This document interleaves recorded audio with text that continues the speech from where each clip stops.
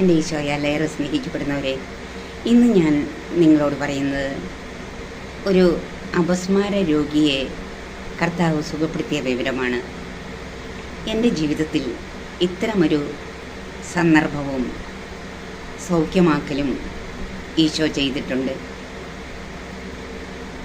ഞാൻ ഡിവൈനിലായിരിക്കെ ഞാൻ മുമ്പ് പറഞ്ഞിട്ടുണ്ട്, 10,000-15,000 അതിനു മീതെയും രോഗികളും ആകുലരും ആയിട്ടുള്ള ഒരുപാട് പേർ അവിടെ ഡിവൈനിൽ ധ്യാനിക്കാൻ വരുമായിരുന്നു. ഞങ്ങൾ 700 കൗൺസിലേഴ്സ് നിരയായി ഇരുന്നു കൊണ്ടാണ് ഇവർക്ക് കൗൺസിലിംഗ് കൊടുക്കുക. അവിടെ എൻ്റെ കൂട്ടത്തിൽ ഒരു സിസ്റ്ററും ശുശ്രൂഷ ചെയ്യുന്നുണ്ടായിരുന്നു. ആ സിസ്റ്റർ മർഗീസ പ്രാർത്ഥനയിലായിരുന്നു. ആ സിസ്റ്ററിൻ്റെ അനുജത്തിക്ക് സുഖമില്ല. അനുജത്തിയുടെ മകൾക്ക് അപസ്മാര രോഗം 3-4 പ്രാവശ്യം ആ കുട്ടി സ്കൂളിൽ വീഴും. ഇപ്പോൾ തുടർച്ചയായിട്ട് ഓരോ ദിവസവും ഇത് കണ്ടുവരികയാണ്. ഒരുപാട് ചികിത്സിച്ചതാണ്. ഇപ്പോൾ ഒരു കുറവുമില്ല.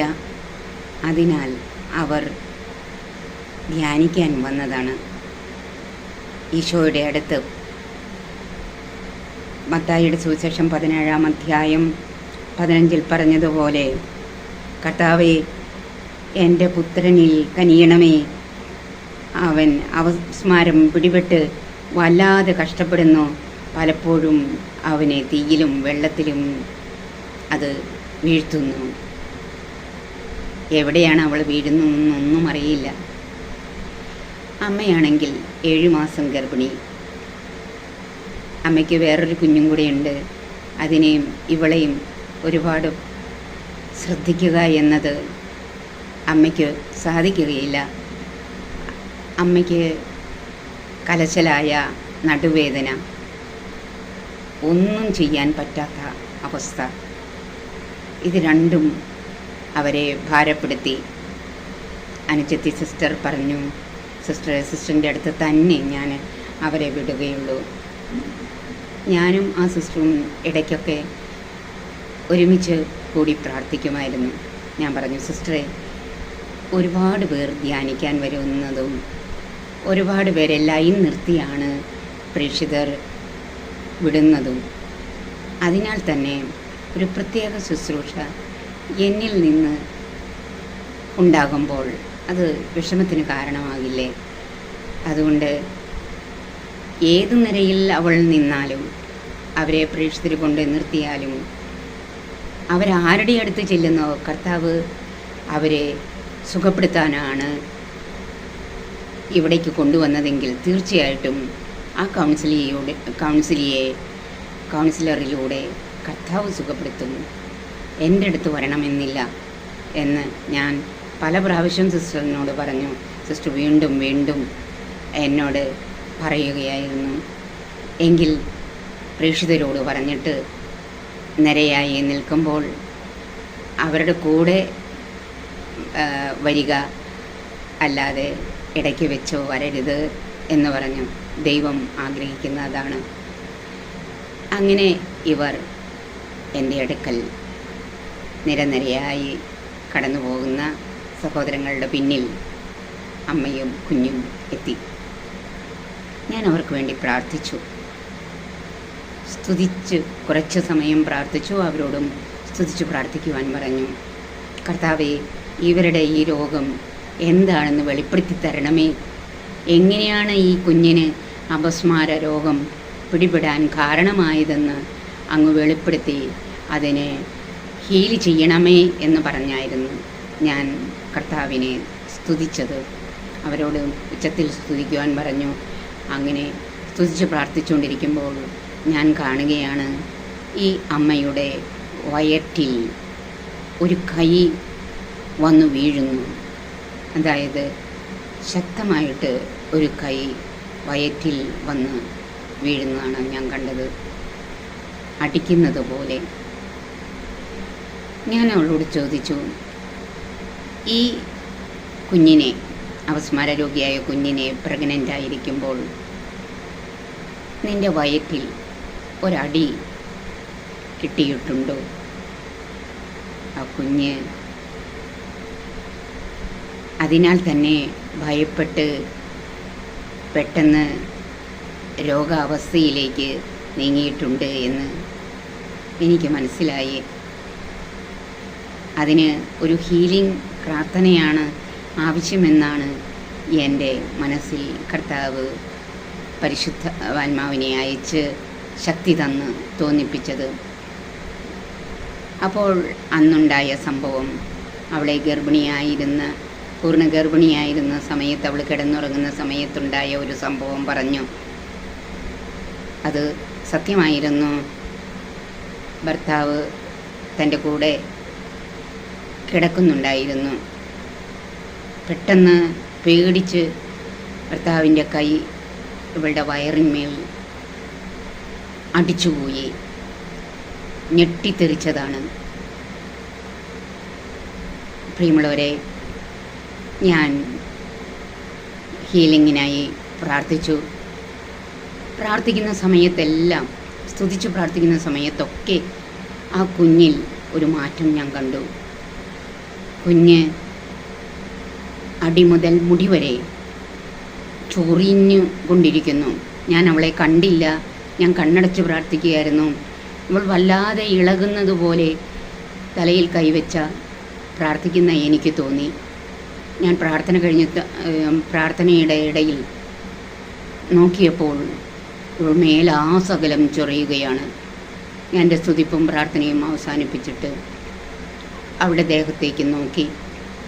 അവൾ അപ്പോഴും ചൊറിയുകയാണ്. മേല് മുഴുവനും ചുമന്ന് തടിച്ച് പൊന്തിയിരിക്കുന്നു.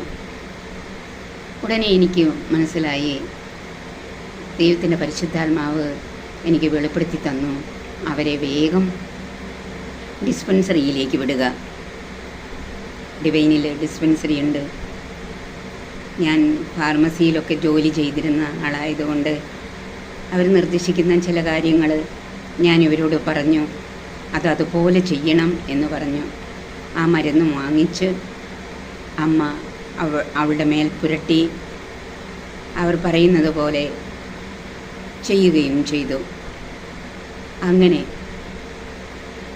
ആ ദിവസം കഴിഞ്ഞു. പിന്നെ ഞങ്ങൾ അവരെ ശ്രദ്ധിക്കുന്നില്ല. വീണ്ടും കൗൺസിലിങ്ങിന് ഓരോ രോഗികളും ആകുലരും വിഷമത അനുഭവിക്കുന്നവരൊക്കെ ഞങ്ങളുടെ അടുത്ത് വരികയാണല്ലോ. തിങ്കളാഴ്ച ദിവസം ആ അമ്മ വളരെ കുഞ്ഞിനെ മുന്നിൽ നടത്തി വരുന്ന കണ്ടപ്പോൾ ചോദിച്ചു, എൻ്റെ അടുത്ത് വന്നതല്ലേ? അതെ സിസ്റ്ററെ, എനിക്ക് ബുധനാഴ്ച തന്നെ സൗഖ്യം കിട്ടി. എൻ്റെ നടുവേദന മാറി സിസ്റ്ററെ. എനിക്ക് കിടക്കാൻ പറ്റിയില്ലായിരുന്നു. ഞാൻ വളരെ ബുദ്ധിമുട്ടിയിട്ടായിരുന്നു കിടക്കുന്നത്. ഇപ്പോൾ എനിക്ക് സുഖമാണ് സിസ്റ്റർ. ഞാൻ നന്നായിട്ട് ഉറങ്ങി ഇവിടെ കിടന്ന ദിവസങ്ങളെല്ലാം. നായിക്കാൻ പറമ്പരച്ചനെ കണ്ടപ്പോൾ ഞാൻ ഈ വിവരം പറഞ്ഞു. അതുപോലെ തന്നെ എൻ്റെ മോൾക്കും സൗഖ്യം കിട്ടി സിസ്റ്ററെ. അവളും സൗഖ്യപ്പെട്ടു. സിസ്റ്റർ പറഞ്ഞതുപോലെ തന്നെ ഞങ്ങൾ ഡിസ്പെൻസറിയിൽ പോയിരുന്നു. ഞങ്ങൾക്ക് അവർ മരുന്ന് തന്നു. അലർജിയുടെ മരുന്നാണ് തന്നത്. അപ്പോൾ ഇപ്പോൾ അതെല്ലാം സുഖപ്പെട്ടു സിസ്റ്റർ. ചൊറിച്ചിലൊന്നുമില്ല. അന്ന് തന്നെ ഞങ്ങൾ വാങ്ങിച്ചു പുരട്ടി. അന്ന് തന്നെ രാത്രി അവൾക്കും സുഖം കിട്ടി. ഓരോ ദിവസവും അവൾ 3-4 പ്രാവശ്യം വീഴുമായിരുന്നു സിസ്റ്ററെ. അന്ന് ഞങ്ങൾ ധ്യാനം കഴിഞ്ഞു പോകുമ്പോൾ നായ്ക്കാമ്പറമ്പലച്ചനെ കണ്ടു. അച്ഛൻ പറഞ്ഞു, 2 ആഴ്ച കൂടി നിങ്ങൾ ധ്യാനിക്കുവാൻ. ഇത് 3-ാമത്തെ ആഴ്ച കഴിഞ്ഞിട്ടും എൻ്റെ കുഞ്ഞിനോ എനിക്കോ ആ രോഗങ്ങളൊന്നും വീണ്ടും വന്നിട്ടില്ല സിസ്റ്റർ. അവൾ ഇതുവരെയും വീണിട്ടില്ല. കർത്താവ് ഞങ്ങളെ സുഖപ്പെടുത്തി. പ്രിയമുള്ള എൻ്റെ സഹോദരങ്ങളെ, ഗർഭിണിയായ സ്ത്രീയുടെ ചേച്ചിയായ സിസ്റ്ററിൻ്റെ വിശ്വാസമാണ് അവിടെ ഏറ്റവും കൂടുതൽ സൗഖ്യത്തിന് കാരണമായത്. വിശ്വാസത്തോടെ ആര് പ്രാർത്ഥിക്കുമോ ആ രോഗി സുഖം പ്രാപിക്കും. ആ സിസ്റ്ററിൻ്റെ വിശ്വാസമാണ് എൻ്റെ അടുക്കൽ തന്നെ കൊണ്ടുവരുവാൻ ഇടയായത്. ഞാൻ വലിയ സിദ്ധി പ്രാപിച്ചവളൊന്നുമല്ല. ആ സിസ്റ്ററിൻ്റെ വിശ്വാസവും കണ്ടിട്ട് കർത്താവ് സുഖപ്പെടുത്തിയതാണ്. ഭസ്മാര രോഗിയെ സുഖപ്പെടുത്തിയതും അങ്ങനെയുള്ളൂ. വിശ്വാസമില്ലാത്ത തലമുറയെ എന്നാണ് വിളിച്ചുകൊണ്ട് കർത്താവ് ശിഷ്യന്മാരെ ശാസിച്ചത്.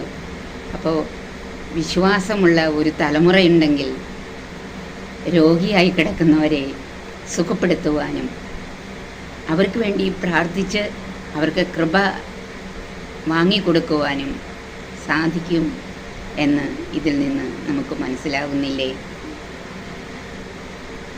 നമുക്കും അനേകരെ സുഖപ്പെടുത്താനായി പ്രാർത്ഥനയിലൂടെയും പരിത്യാഗത്തിലൂടെയും ഈ പ്രവൃത്തി തുടരാം. കർത്താവ് തൻ്റെ ശിഷ്യന്മാരോട് പറഞ്ഞത് ലൂക്കയുടെ സുവിശേഷത്തിൽ അത് വ്യക്തമായിട്ട് പറയുന്നുണ്ട്. നിങ്ങളുടെ പ്രാർത്ഥനയും പരിത്യാഗവും കൊണ്ടതല്ലാതെ ഈ വർഗം പുറത്തു പോകുകയില്ല എന്ന്. അവൾ ഭയപ്പെട്ടതാണ്, അകാരമായ ഭയപ്പാട്. ഗർഭത്തിലായിരുന്ന കുഞ്ഞിനെ രോഗിയാക്കി. ഉണ്ടായപ്പം മുതൽ നടുവിന് വേദനയുണ്ട്, അന്ന് മുതൽ കൊണ്ട് നടക്കുന്നതാണ്. പിന്നെ കുഞ്ഞിനെ ഗർഭം ധരിച്ച് മൂന്നാമത് പ്രസവിക്കുമ്പോഴും രണ്ടാമത് പ്രസവിക്കുമ്പോഴും ഒക്കെ ഈ വേദന പേറിയാണ് ഇവൾ നടന്നത്. ഈ ഹീലിംഗ് കിട്ടിയപ്പോൾ അവൾക്കുണ്ടായിരുന്ന നട്ടെല്ലു രോഗവും അമ്പാടെ എടുത്തു മാറ്റി. അതുപോലെ തന്നെ കുഞ്ഞിൻ്റെ രോഗവും. പ്രിയമുള്ള സഹോദരങ്ങളെ, നമുക്ക് പ്രാർത്ഥനയിലൂടെ, പ്രവൃത്തിയിലൂടെ, നമ്മുടെ വിശ്വാസത്തിലൂടെ, പരിത്യാഗത്തിലൂടെ നമുക്ക് ഈ വർഗത്തെ പുറത്താക്കാൻ കഴിയും. ഒരു പൈശാചിക പീഡയാണ് ഭയം. ആ ഭയം വിട്ടുപോയപ്പോൾ, ഹീല് ചെയ്യപ്പെട്ടപ്പോൾ ആ കുഞ്ഞ് സൗഖ്യമുള്ളവളായി. ഉള്ളവരെ അനേകം രോഗികൾ നമ്മുടെ വിശ്വാസം കൊണ്ടും പ്രാർത്ഥന കൊണ്ടും പരിത്യാഗം കൊണ്ടും സുഖമാകട്ടെ. അവരുടെ പരിത്യാഗം ഇതായിരുന്നു. വരയിൽ നിന്ന് നിന്ന് നിന്ന് അവരെൻ്റെ അടുത്ത് വന്നു. വളരെ കഷ്ടപ്പെട്ടാണ് ആ പരിത്യാഗം ഈശോയ്ക്ക് അവരോട് കാഴ്ചവെക്കാനായിട്ട് പറഞ്ഞായിരുന്നു. ഞാൻ അനുജത്തിയോട് പറഞ്ഞായിരുന്നു. അത് കാഴ്ചവെച്ച് സമർപ്പിച്ചാണ് കർത്താവ് അവരുടെ വിശ്വാസവും പരിത്യാഗവും കണ്ട് അവരെ സുഖപ്പെടുത്തി. Praise the lord. ഹല്ലേലൂയ. 115-ാം സങ്കീർത്തനം 1-ാം വാക്യം. ഞങ്ങൾക്കല്ല കർത്താവേ, ഞങ്ങൾക്കല്ല, അങ്ങയുടെ കാരുണ്യത്തെ പ്രതിയും വിശ്വസ്തതയെ പ്രതിയും അങ്ങയുടെ നാമത്തിനാണ് മഹത്വം നൽകപ്പെടേണ്ടത്.